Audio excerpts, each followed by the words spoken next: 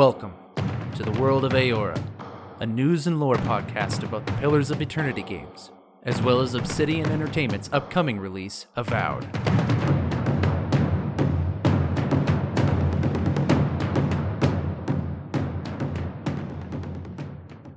Hello everybody, and welcome to another episode of the World of Eora. I'm your host, Eric, aka Gingerino. Thank you guys so much for joining me on another episode where we dive into the history, lore, and game mechanics from the Pillars of Eternity games as we gear up for the release of Avowed. For those wondering why we pair Pillars of Eternity 1 and 2 with Avowed, it's because they share the same fantasy world known as Eora. And so as the theory goes, if we dive into the first two games, we'll be able to glean insights about Avowed as it undergoes development. As well, it just lets us geek out about this world and games that we love if you've been playing Pillars of Eternity. If you're new to the show and you're new to the Pillars of Eternity game world, welcome to the show. I try to keep things spoiler-free as I can for those of you playing Pillars of Eternity for the first time, just getting into it, but I'm also here to kind of expound the lore for you to get a deeper sense of the world that you're playing in. I would normally do a news section at this point in time, but as most of you are aware of and are used to by now, there's not a lot of news regarding either Pillars of Eternity or Avowed, because the first two games are done, developed, and out, and patched, and everything's hunky-dory there, and Avowed is still early enough in development that it's not releasing any information. Obsidian's not releasing any information to us, which I know some people are upset about, but I mean, it's their game. They're going to do what they want, and that's perfectly fine with me. As for today, what we're going to be talking about is actually a topic that has been suggested to me by a fan a long time ago, and I'm sorry it's taken me a long time to get to it. This topic for me, it always seems very big, and I don't know about you guys, but like when I have like a big thing that I want to do or a big thing I want to talk about, I always feel like I want to save the big ones for later when I can do it justice. But I know that that's just a way of putting off some things until you do it perfectly, and that's ridiculous. So we're gonna talk about it today. Now you know what we're talking about because you downloaded this episode title. Unless for some reason I decided to make it a cryptic title, but I don't think I'll do that. Maybe for the WoW episode I'll do that. But we're gonna be talking about the Circle of Archmagi today, which is a group of quote-unquote like-minded wizards that some people call them the Avengers of the World of Eora, and some other people would call them probably some way worse names than that. They are a small group of archmages. They are very powerful wizards that affect worldwide political movements and events within the World of Eora, and their involvement in things are considered either a good sign or a bad sign, usually to catastrophic levels. With that all said, let's dive into today's lore. I'm a little more surprised to find you're still carrying that abomination around. I imagine Consulhalt is better company without his tongue. So, the Circle of the Archmagi. Who are they? In order to understand who the Circle of the Archmagi are, I'm going to go to the Pillars of Eternity fandom article, and I will read from that, and we'll go from there. The Circle of Archmagi is an exclusive organization that consists of the most powerful archmages in Eora. They are devoted to advancing the cause of magic, and have a vested interest in protecting Eora as a whole. Right there, we have an idea of what they are. The Circle of Archmagi, exclusive organization. Okay, so only select members, not everyone can join. Consists of the most powerful archmages in Eora. So these are people who are practitioners of magic, and they are very powerful. They are very good, for lack of a better word, at magic. They're proficient at it. In fact, you'll recognize some of the names when we dive into the actual members of this Circle of Archmagi. You'll recognize their names. If you've been paying attention in Pillars of Eternity 1 and 2, you'll notice that some of the spells can be called Archimir's Dazzling Lights. And Archimir is one of the archmages in the Circle of the Archmagi. And a lot of spells are like that, where it has the archmage's name. This is something that's normal in a lot of fantasy settings, where wizards will put their name into a spell. But specifically, a lot of spells in the world come from the Circle of Archmagi archmages. There are some spells that just come from regularly strong and powerful mages as well, but you'll see these names a lot with spells as well. They're devoted to advancing the cause of magic and have a vested interest in protecting Eora as a whole. So they are involved on worldwide events. If there are things going on in any part of the world, they can relocate themselves and all the things that they need there to be able to participate and determine outcomes for particular events. And in a lot of cases, they are on the side of pro-magic. And so this is an important thing to remember, because it's kind of like this, almost like a secret society, not really a secret society. People know about them, but no one really knows what goes on. It's kind of like this little secret society of mages, and they are pro-magic, and they are deeply involved in big, mysterious, massive things that go on in the world. And as we'll learn soon, they actually have a sense for magic and powerful magic existing in certain locations. So they're able to go to the most mysterious, ancient of places, and they have esoteric knowledge and stuff that you would be used to with seeing the things like this. The Circle isn't led by any wizard, and there are no ranks in the regular sense. Meetings between all members of the Circle are rare, and only occur under extreme circumstances. Depending on who you ask, they're either Eora's best hope for defense during a crisis, or a club for bumbling fools jumped up on magic, as Aloth points out. Aloth is one of your companions that you can have within the Pillars of Eternity games.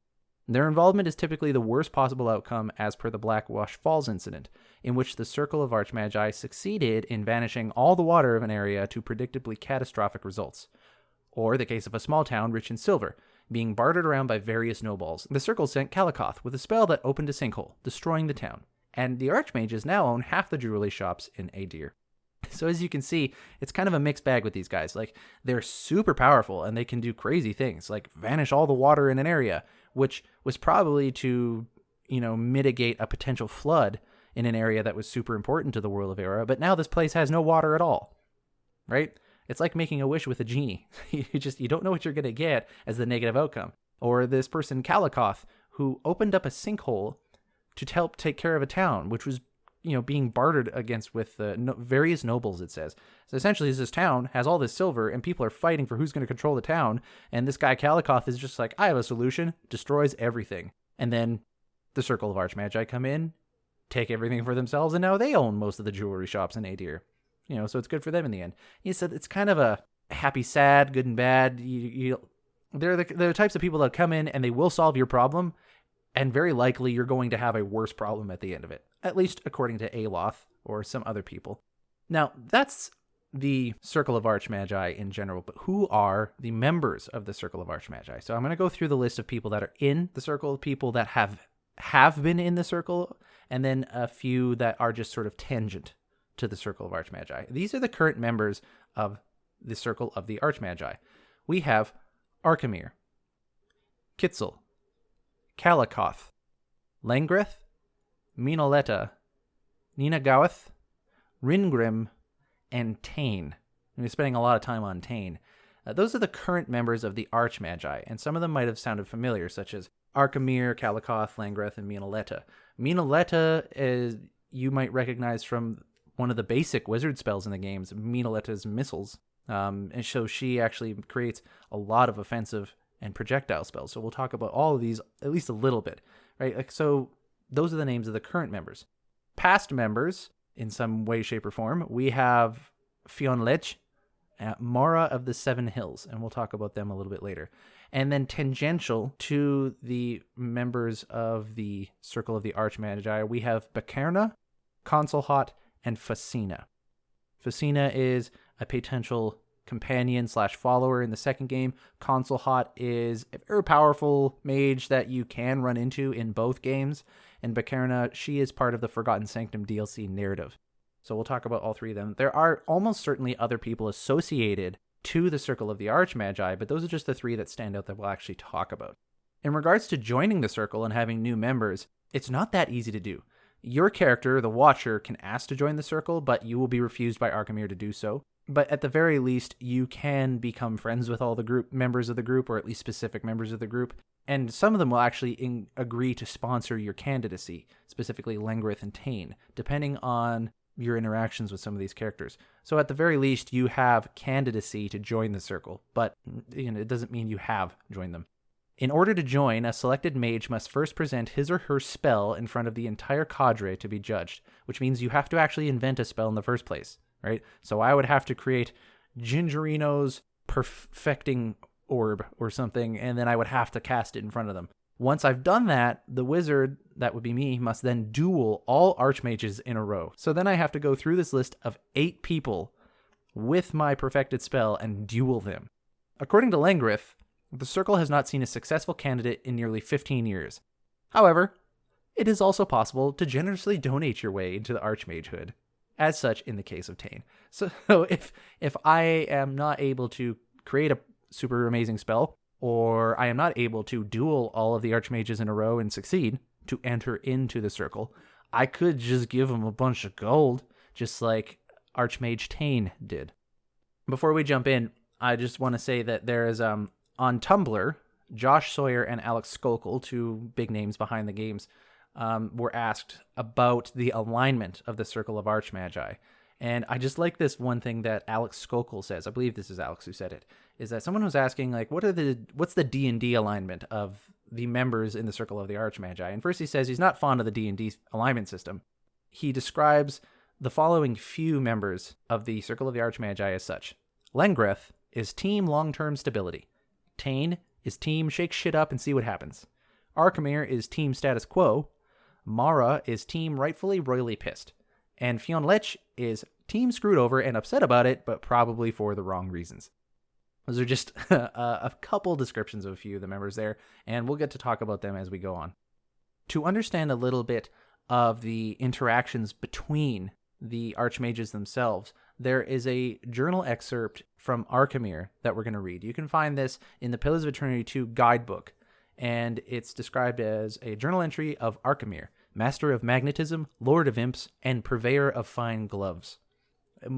Interesting title. I don't know how many of you out there have a title like that yourselves. You should email me, worldofeora@gmail.com. What would your Archmage title be?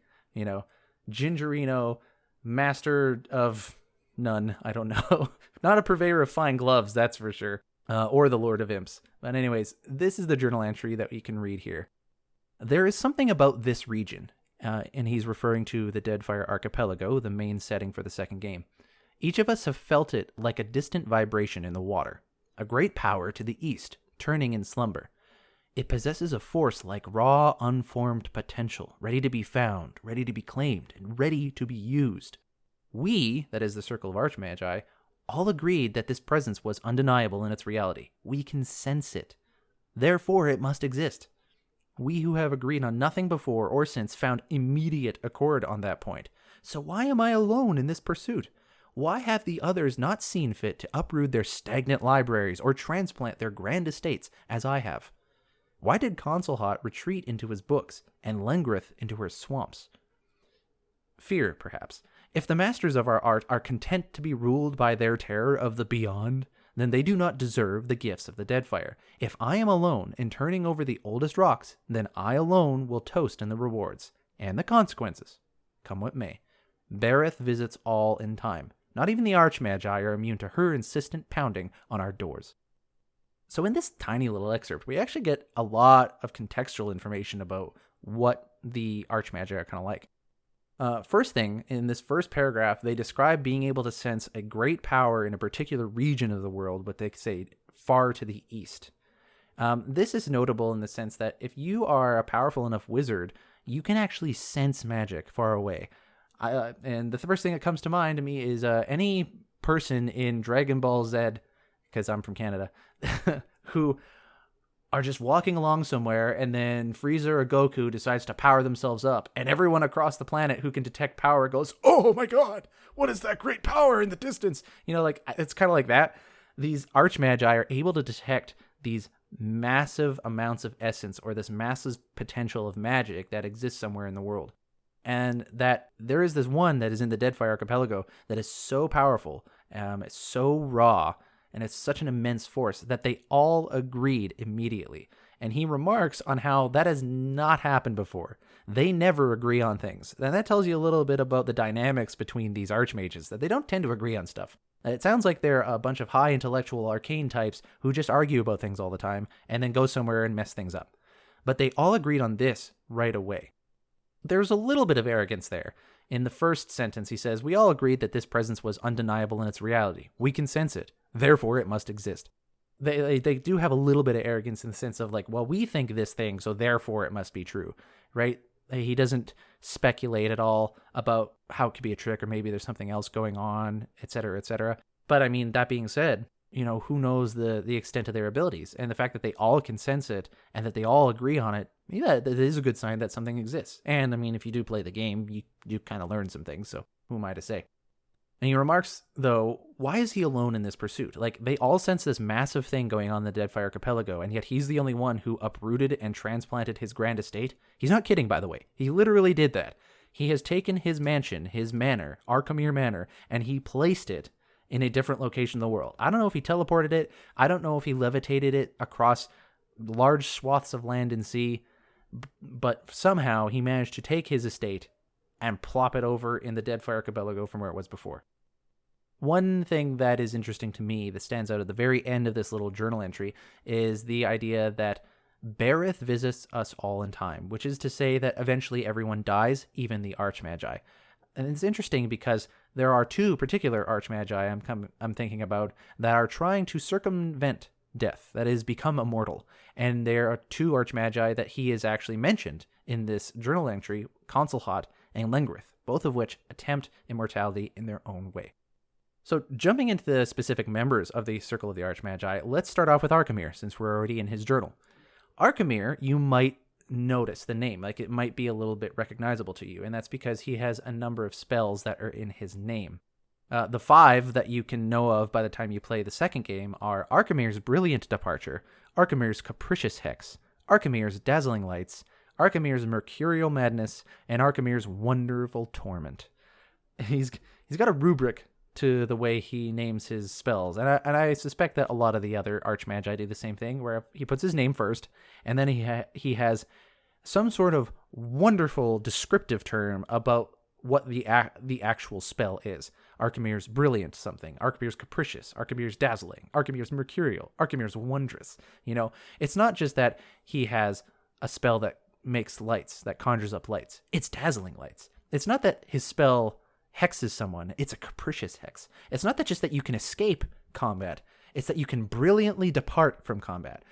You know, there's a little bit of arrogance and egotisticalness to all of the members of the Circle of Archmagi. Archimere is putting it on full display here. And so that's just a little bit about Archimere right there. What we know about Archimere from the interactions in the game is that he is an old meadow-human. So he's an old man human. He is from the Aediran culture, Aedir being one of the old empires in the World of Eora's history. He's a wizard. That doesn't come as a surprise. Very powerful. And we've already gone over some of the spells that he has named after himself. Reading on Pillars of Eternity fandom, we have this to say. Archimere is an archmage of worldwide renown. The spells bearing his name focus largely on illusion and pain, qualities that he prizes in his personal life and teaching philosophy. Over the years, he has fostered dozens of students, but none have graduated from their apprenticeship to Archimere's satisfaction, opting instead to leave his service in bitterness and resentment over the Archmage's notoriously unfair treatment. Facina, his latest apprentice, bears a particular disdain against Archimere, calling him the bringer of foul wind, the teat of suckling imps, and the herald of dirty slippers. He currently lives in Nekataka, at Periki's Overlook, where he operates a local magic shop, the Dark Cupboard. So here we have a description of Archimere, archmage of worldwide renown, largely focuses on illusion and pain, which he seems to live out in his life as well. As it says here, qualities he prizes in his personal life and teaching philosophy. His students all have a disdain for him because he is a harsh master and teacher. Although I suspect, based on other lore and other locations, that this is something that he actually likes. I think he looks at his students leaving him almost as a success. I don't know. It's hard to tell. His latest apprentice, Facina, who is also a potential companion/follower in the second Pillars game, has a particular disdain for him. She does not like him. Lots of mean things to say, great dialogue, lots of funny things to listen to and play the game. Calling him the bringer of foul wind, the teat of suckling imps, and the herald of dirty slippers, which is funny because he calls himself Archimere, master of magnetism, lord of imps, and purveyor of fine gloves. So these three kind of contrasted against it. He currently lives in Nekataka, which is I would say the major location in the Pillars of Eternity 2 Deadfire game. It's the major city in the Deadfire archipelago, and Periki's Overlook is just one section of that city. He has placed his manor there, as well as his local magic shop called the Dark Cupboard. The Dark Cupboard actually references a artifact related to the deity Wow, god of mysteries and revelations. We'll talk about that on another podcast episode, but that's just a little cheeky note to that. He is disliked by other magi, especially Lengrith. Yeah, there are not a lot of people that like Archimir. And I mean, none of the Archmages appear to really like each other a ton. Tane is trying to like some of them, but they all kind of have this infighting. But Archimir, being a man that lives on illusion and pain, you can imagine not very popular. But he is a powerful mage. He does have a seat on this Circle of Archmagi for a reason. So I'm sure people respect that about him in a sense. You interact with him particularly in Pillars of Eternity 2, Deadfire, where you can actually go to his estate, his grand manor, as it is. You can interact with his imps that are there and some of his automaton. You can explore the different floors of his manor, and you can even loot his hidden vault if you particularly know how to get in there. You can even find his old robes and wear them yourself, or get one of your companions to wear them when you first talk to him, which he does remark on, by the way. If you do steal his robes and put them on, like, let's say, Aloth, one of the other wizards we've been talking about that is your companion, he might say, believe me, I'm looking forward to getting out of them. Aloth wrinkles his nose, plucking at the stiff fabric. If you're wearing them, he says, your robes, how alike they are to one I keep in my chambers. His eyes narrow to pinpricks. I just find it funny that you could they actually point out these little interactions if you steal his stuff. Interestingly enough as well, there are a couple side quests related to him. One that has to do with raiding Bakerna's laboratory, because that's what he wants you to do. There's another one that I think has to do with breaking into the bathhouse or something to do with that. I can't remember exactly. As well, actually, if you find a waterlogged journal in the Bent Bough Forest, which you get from just exploring the rest of the world, you get a slight reference to something called the Sanguine Harvest and Archimir Manor, which is a very not spelled correctly thing. If you go talk to Archimir about the Sanguine Harvest, he will say, oh yeah, actually, I have a book on that somewhere in my vault, which you totally didn't raid. And you can actually read up on this cult that exists through some of his esoteric knowledge. See, he's got this book that's hidden in his vault about the Sanguine Harvest, and you can actually use the information you get from that book to interact with these cultists if you're careful about doing so, like if you know how to do it. So if you haven't had that interaction in the Pillars of Eternity 2 game yet, go check that out. The Bent Bough Forest Waterlogged Journal, go talk to Archimir about it. He'll reference a book in his vault that you can read, and it'll tell you some things that you can use to figure out what to do. The next member of the Circle of the Archmagi that I want to talk about is Nina Gauth, and we don't really have a lot of extended interaction with Nina, as I'm going to lovely call him.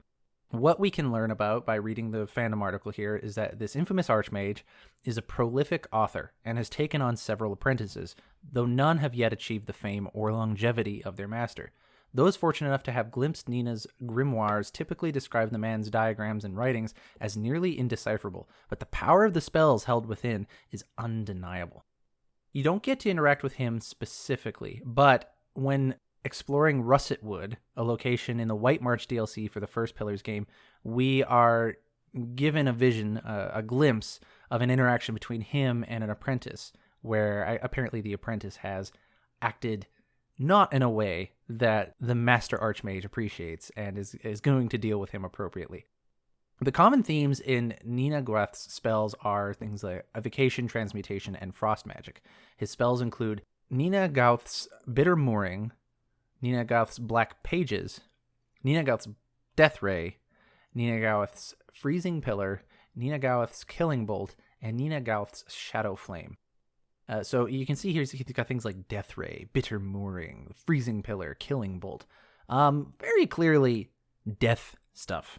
Very deathly things. So he's a guy that's interested in killing and death and all sorts of things like that. And I'm surprised to find that he isn't one of the archmages that are trying to find a way to be immortal. I mean, maybe he is, and we just haven't heard about it in the lore. And one last little thing about him is that he likes to keep a bird skull in his pocket that he likes to pet when nobody is looking. I don't know where the source is for that. It is on the Pillars of Eternity fandom article, so it must be true. But I mean, most of the information on this fandom is pretty accurate, I would say. I'm sure there's the occasional thing wrong. But I can't remember. Email me, worldofeora@gmail.com. Where does this piece of lore come from? Like, where do we get that information from? I cannot remember for the life of me. That's Nina Gauth. The next member of the Circle of Archmagi is Tayn, Tayn, and he is someone that you can interact with through the Forgotten Sanctum DLC in the second Pillars game. You interact with him enough that he has his own character portrait, and if you look at the character portrait, he looks strikingly like Paul Rudd. So just picture Paul Rudd anytime I reference Tayn. As we've learned from a previous part of this episode, he actually got into the Circle of Archmagi from a large donation to the Archmage Circle. So he basically is a pay-to-win person. Here is the quote at the top of the fandom article for Tayn. This sums up his personality. What, the prospect of sending a mountain of eyes and tentacles to wrestle Aethys isn't enticing enough for you? Tayn chuckles softly. Wouldn't it be boring to let a body like that molder and rot? I think we can do better. I think Eora deserves better. Even if it knocks over a castle or two, I think the fun will justify the cost. Without getting into too much detail of what's going on for spoilery reasons, essentially, you have an opportunity to make a huge decision, cataclysmic decision for the World of Eora, particularly the Deadfire Archipelago. And this guy is suggesting that perhaps you do the fun thing. Even if it could knock over a castle or two, it will be fun and justify the cost. He's very chaotic, a very chaotic type, which you can tell based off of the one spell that he is known for, which is Tayn's Chaotic Orb, right? So he does have a spell. He does have some magical ability to create his own magic. And this is the background for Tayn. An eccentric Aediran Archmage. So we've got 2 confirmed Aediran Archmages. I wonder if that's going to be a theme. Tayn is known for his power and chaotic personality. While a majority of his work is secreted away, likely due to being catastrophic failures, Tayn himself remains on the loose, bringing his own brand of craziness to Eora. Although at odds with his more formal colleagues, especially Lengrith, whom he consistently antagonizes by using the diminutive Lyn, Tayn retains a seat on the Council of Archmages. Unlike Consulhot, he is affable and mostly harmless, after all, at least as long as his more mature colleagues keep an eye on him. So right there, we're getting a very good description of what Tayn is. Tayn is a completely chaotic person who, I imagine if he's got enough money to just buy his way into the Circle of Archmagi, that he's probably used to also getting what he wants. So yeah, I mean, we're kind of getting a picture of the character archetype for this person. Very rich, very chaotic, likes what he wants, but he also gets the sense too, as we continue learning about other Archmagi, that he tries to be friends with them, or he tries to have some sort of relationship with each one of them. Aloth, one of your companions that you have from both Pillars of Eternity games, describes Tayn as an insult to the very concept of scholarship, which is mostly due to the fact that his rise of Archmage was unorthodox. Again, he didn't study or fight his way into the Archmagi, he bought his way in. Tayn received a brilliant education courtesy of his dad, who donated to the finest colleges in Aetir, earning his son several free degrees until he actually found something he was good at. Once he found it, he latched onto it and perfected his art, without ever challenging himself beyond it. It granted him refinement, a place among the circle, and a disappointment of his father. He always wanted an Archmage in the family, but Tayn promptly dropped the surname later in life. So, again, here we're getting a little more of a history. I do wonder if the Circle of Archmagi have a history or an origin in Aedir. I don't recall any lore specifying that, but so far we got a lot of Aediran influence on there.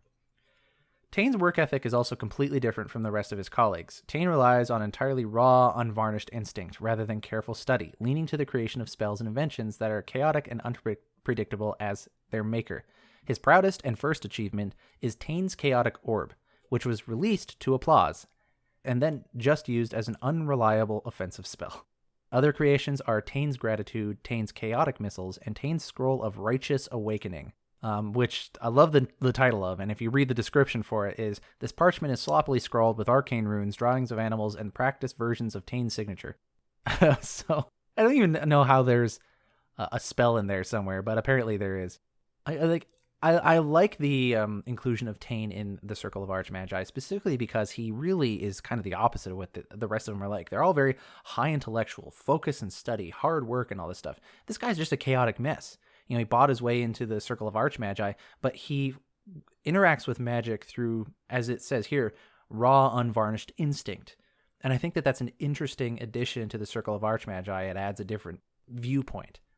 I think it kind of balances things out a little bit.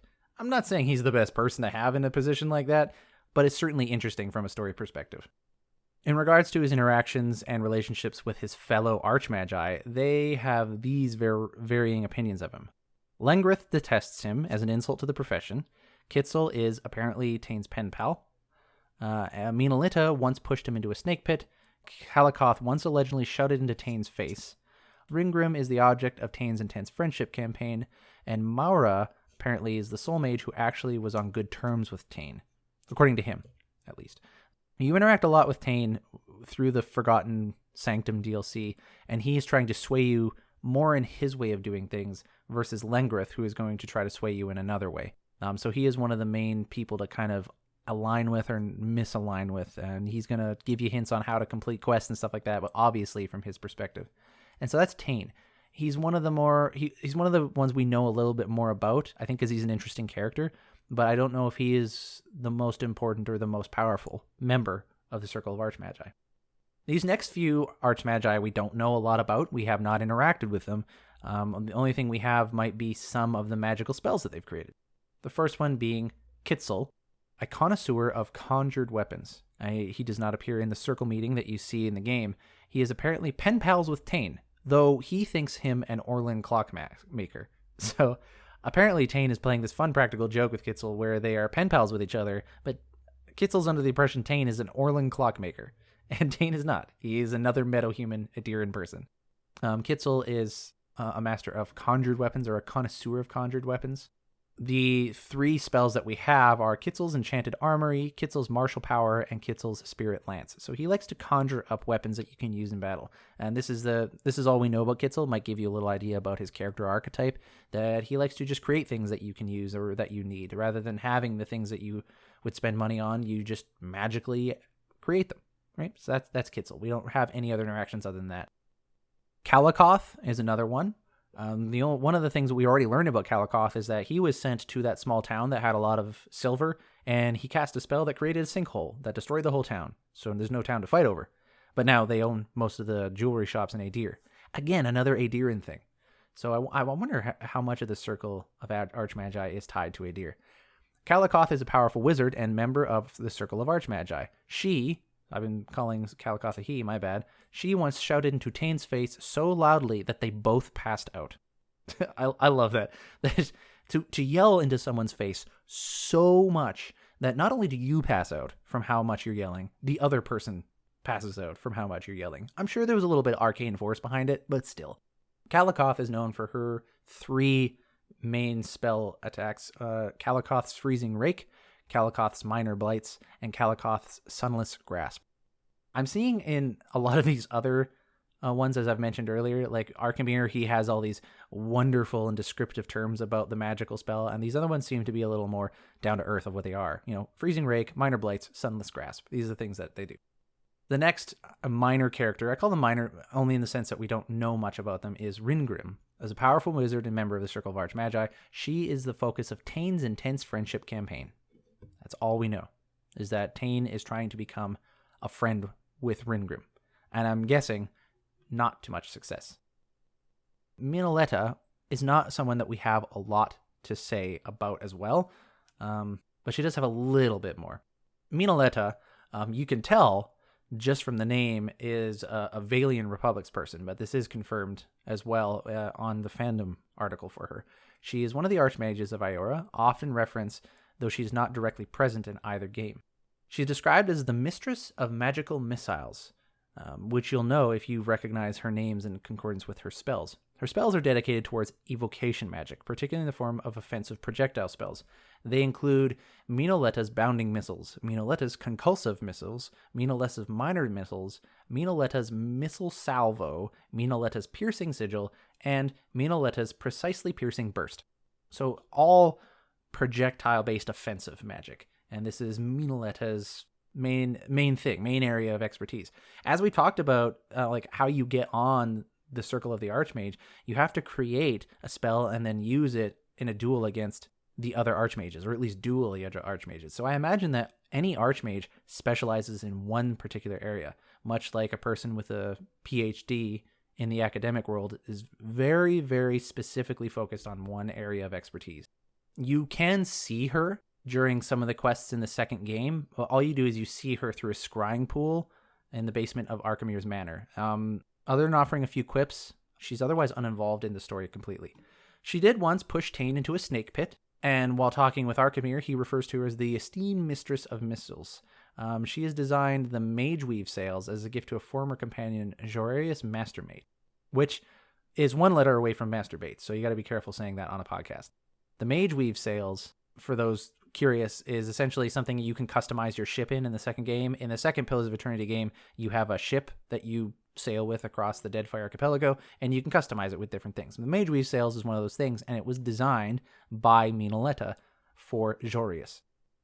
Now getting into one of the more interesting and in-depth members of the Circle of the Archmagi is Lengrith. Lengrith, I would say, is kind of the keynote person to pay attention to, or at least that's the one that they pay attention to in Pillars of Eternity 1 and 2. You actually interact with her, him, it's a her when you talk with her in both games. I'll get more into this right now about this particular character. You interact with both games, and there's a little bit of confusing lore and history to Lengrith, but once you have it, it's easy enough to get. And Lengrith was actually the voiceover that you heard earlier in this episode. She is a powerful wizard, author of many, mostly defensive spells. That list includes Lengrith's Displaced Image, Lengrith's Mental Shields, Lengrith's Physical Shields, Lengrith's Safeguard, Lengrith's Blunt Wisdom, Lengrith's Siphoning Image, Lengrith's Warding Staff, Lengrith's Dread Haze, and Lengrith's Superior Elemental Bulwark. Very defensively focused, as we said. A lot of shield spells, a lot of distraction kind of stuff like Siphoning Image. We have Warding Staff and Elemental Bulwark. So a lot about defending yourself, keeping yourself safe, which makes sense given the history of what Lengrith is. As one of the most powerful mages in the world and member of Circle of Archmagi, Lengrith has made significant advances in the field of magic. She later faced the same obstacle as one of her rivals, Consulhot, death, though she chose to combat it in a more unique way. Being an archmage, getting to the very top of everything in Eora, you get there and you're like, now what do I do? Well, one thing you can try to defeat is death. And there are two people that are related to the Circle of Archmagi that have been trying to beat death and become immortal. One is Consulhot, who will learn, decided to become a lich, or try to become a lich anyways, and that's his way of defeating death. Lengrith has got a different idea, and a little bit more unique, and we're going to get into that right away. Lengrith has two high dragons, Gepharnikos and Terrasulfus, and I can never pronounce dragon names properly. She has, think about this for a moment, she has two high dragons as like her companions. She just rides them like it's nothing. You know, we did an episode on dragons and what they are in the World of Eora. You don't just ride dragons for funsies, you know, so Lengrith is a force to be reckoned with. And not only by her powers, but also by her strategy to preserve oneself and cheat death in a different way. The thing about Lengrith that makes Lengrith is that the Lengrith you're talking to in the game is not really Lengrith in a classic sense. And I'm going to try to talk about it in a non-spoilery way for you, without getting any of the narratives of the Forgotten Sanctum DLC or anything from the DLC of the first game as well. Lengrith preserves its personality and memories by successively just making itself part of the next iteration of people in the World of Eora. Because as we talked about, in the World of Eora, there is reincarnation. So there's a body, let's say it's you, your body dies. The soul that's attached to your body decouples from that body, goes to the beyond where the gods are, and eventually comes back and enters into a new body. And it forms new memories and whatnot. And generally, people don't remember their previous memories, even though you have the same soul, even though the soul is connected to the memories. What Lengrith basically did is Lengrith found a way to preserve parts of the memory of that previous life that then they don't awaken in a sense, but they do. It's hard to describe without being spoilery. It preserves the person from before so that it is fully that person in the next one, but that person is also themselves in the next iteration of Lengrith. And it's almost like a collection of voices of Lengriths, but that exist in one person at a time. We'll get more into detail on that, I think, on Lengrith's own episode, but that is how Lengrith has decided to combat death. Instead of becoming a lich and just having a physical body forever, Lengrith is more focused on be like a spiritual lich, in a sense.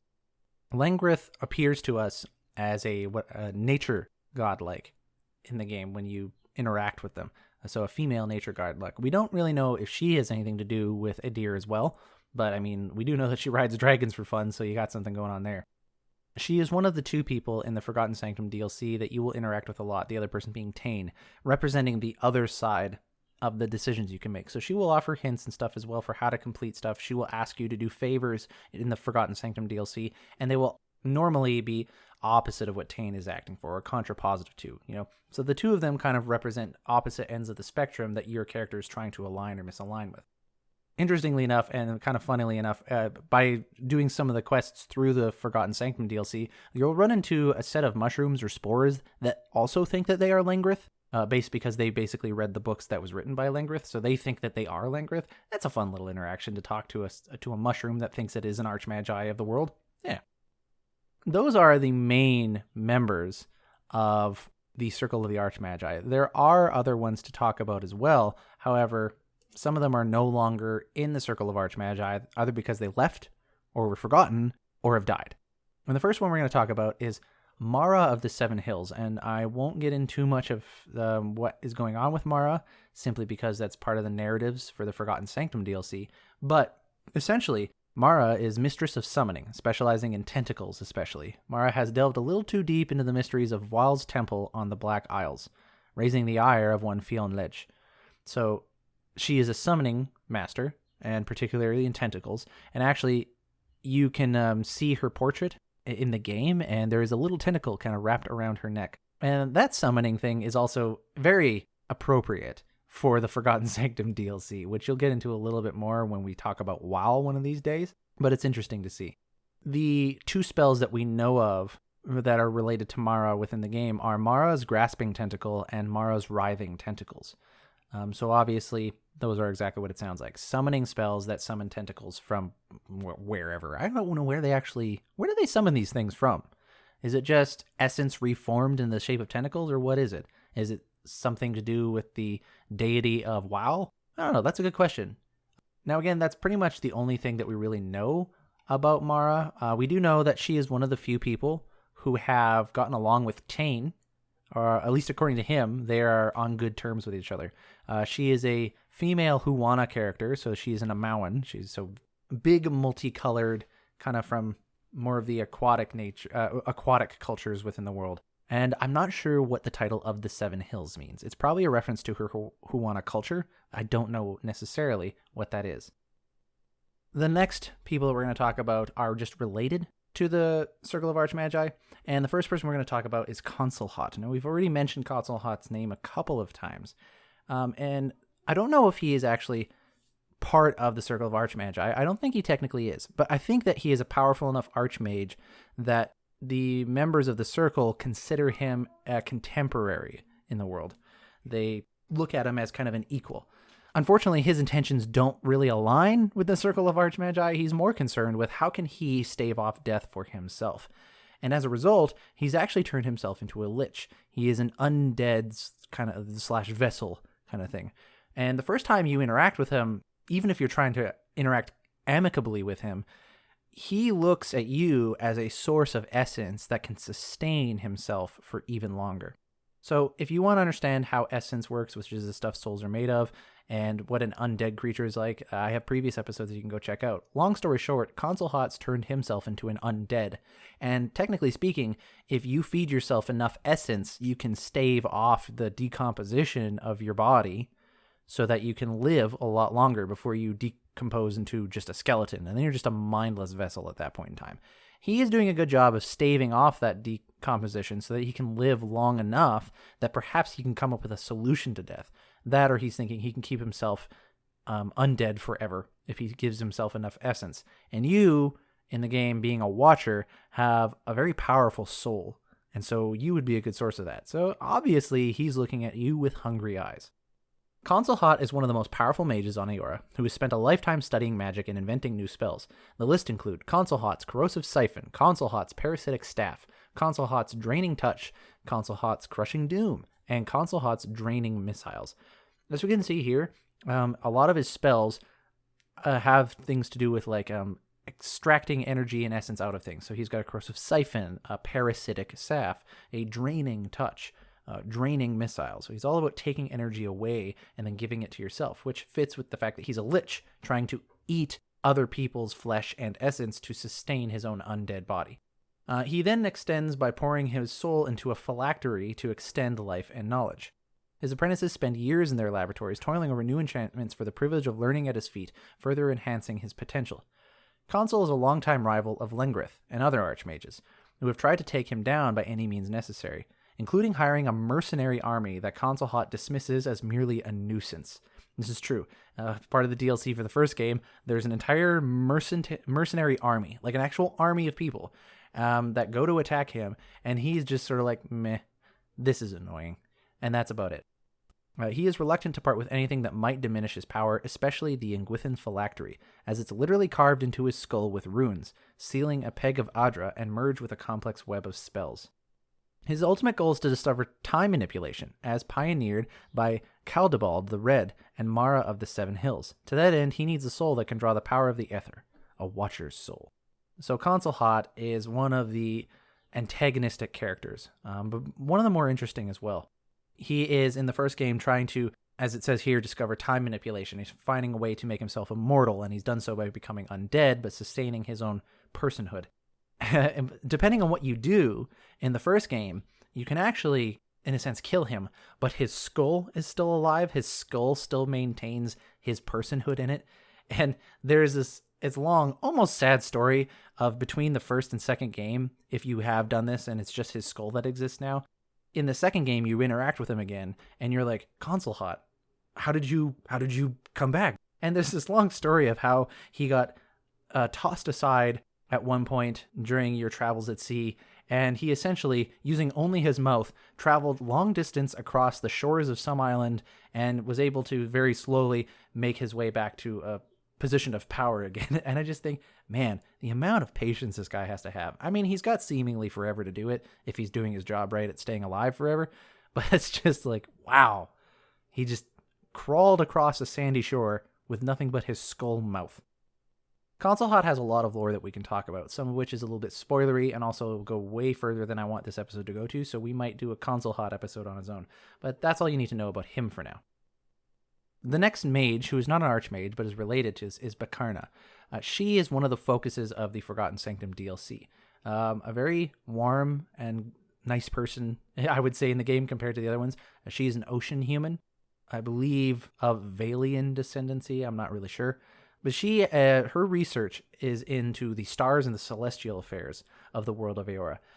I'm not going to go into the details of what she was researching, what that might have been, or anything on this episode. We're just talking about who is the Circle of Archmagi and who's related to it. But she's trying to learn a lot about this esoteric knowledge. And when you go to try to raid her observatory, and you get to learn a lot more about this kind of stuff. She presented her work to the Circle of Archmagi, trying to possibly get a seat on the circle, but she was laughed out into the streets. Undaunted, she continued her work.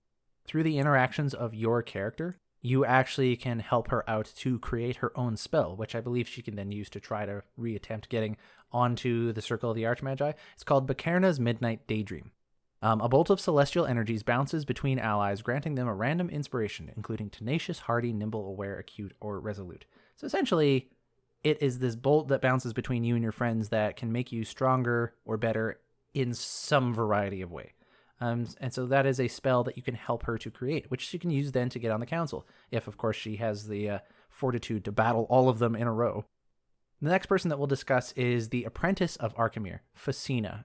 We've already talked about her a little bit. She's a female human wizard, a possible follower companion for the second game, and she works for Archimir in his store, the Dark Cupboard, and she has a great disdain for him, as many of the apprentices of Archimir does.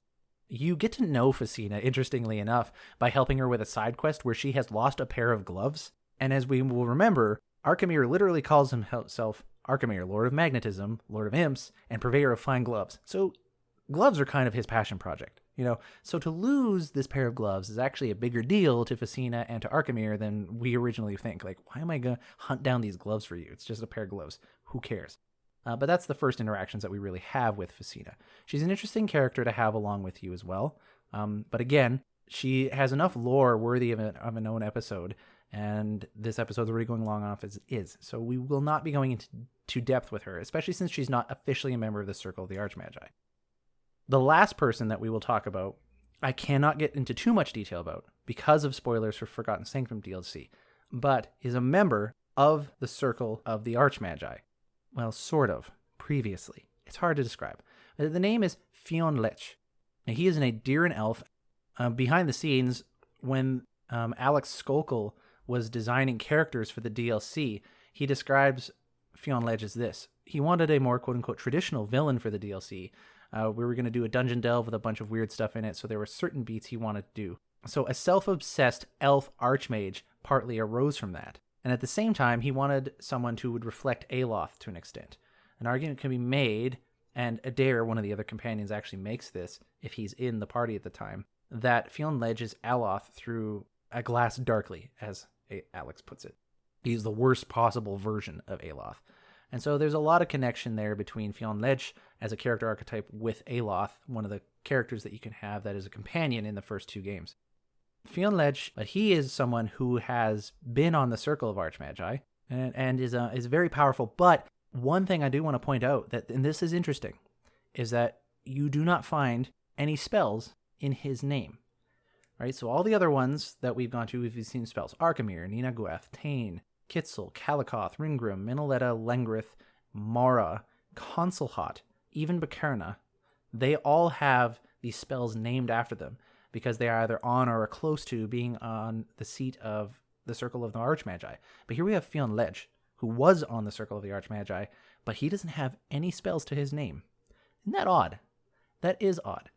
And if you play the Forgotten Sanctum DLC, you might learn a little bit of a reason why. And it does make me wonder, what has he contributed to the magical world that perhaps we're not aware of? We'll get into that more perhaps on a Forgotten Sanctum DLC spoiler-heavy episode. But for today's episode, there's not much more we can go through. Is an oath worth the weight of a crown?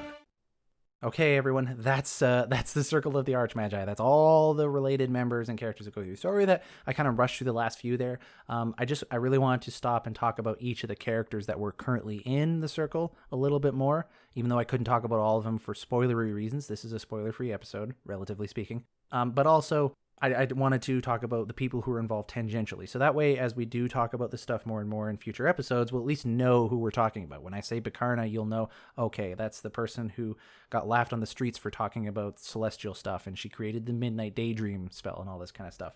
But now the question that we want to ask as we wrap up this episode is, what does this have to do with Avowed? Okay, we've talked about all these people in relation to Pillars of Eternity 1 and 2 in the history, but what does it have to do with Avowed? Well, the only thing that could possibly have to do with Avowed is the spells that we cast in the game. Obviously, when we're casting spells, if they have any of these Archmagi names in them, we will be able to kind of get a glimpse into more of that person's personality. As well, it also might give us a bit of a timeline. If, for instance, before the game comes out, they release, let's say, gameplay trailer, and you see in the gameplay trailer that someone casts a spell, Bracana's something or other, then you know that, okay, perhaps this takes place after the Deadfire. So it could help us determine when Avowed is going to come out if they release gameplay trailer. Or as well, if we learn that there is any spells called Fionn Lech's something or other, then that might give us a clue as well as to whether or not it's in a little bit further back in the history of the world. So there's stuff like that.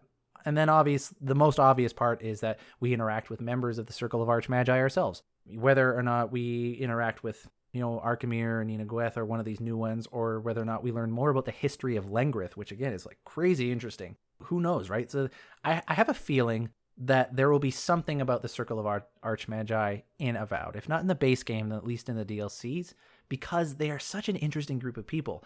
And because they're so powerful as well, there really is a lot of creative exploration that you could do within the game.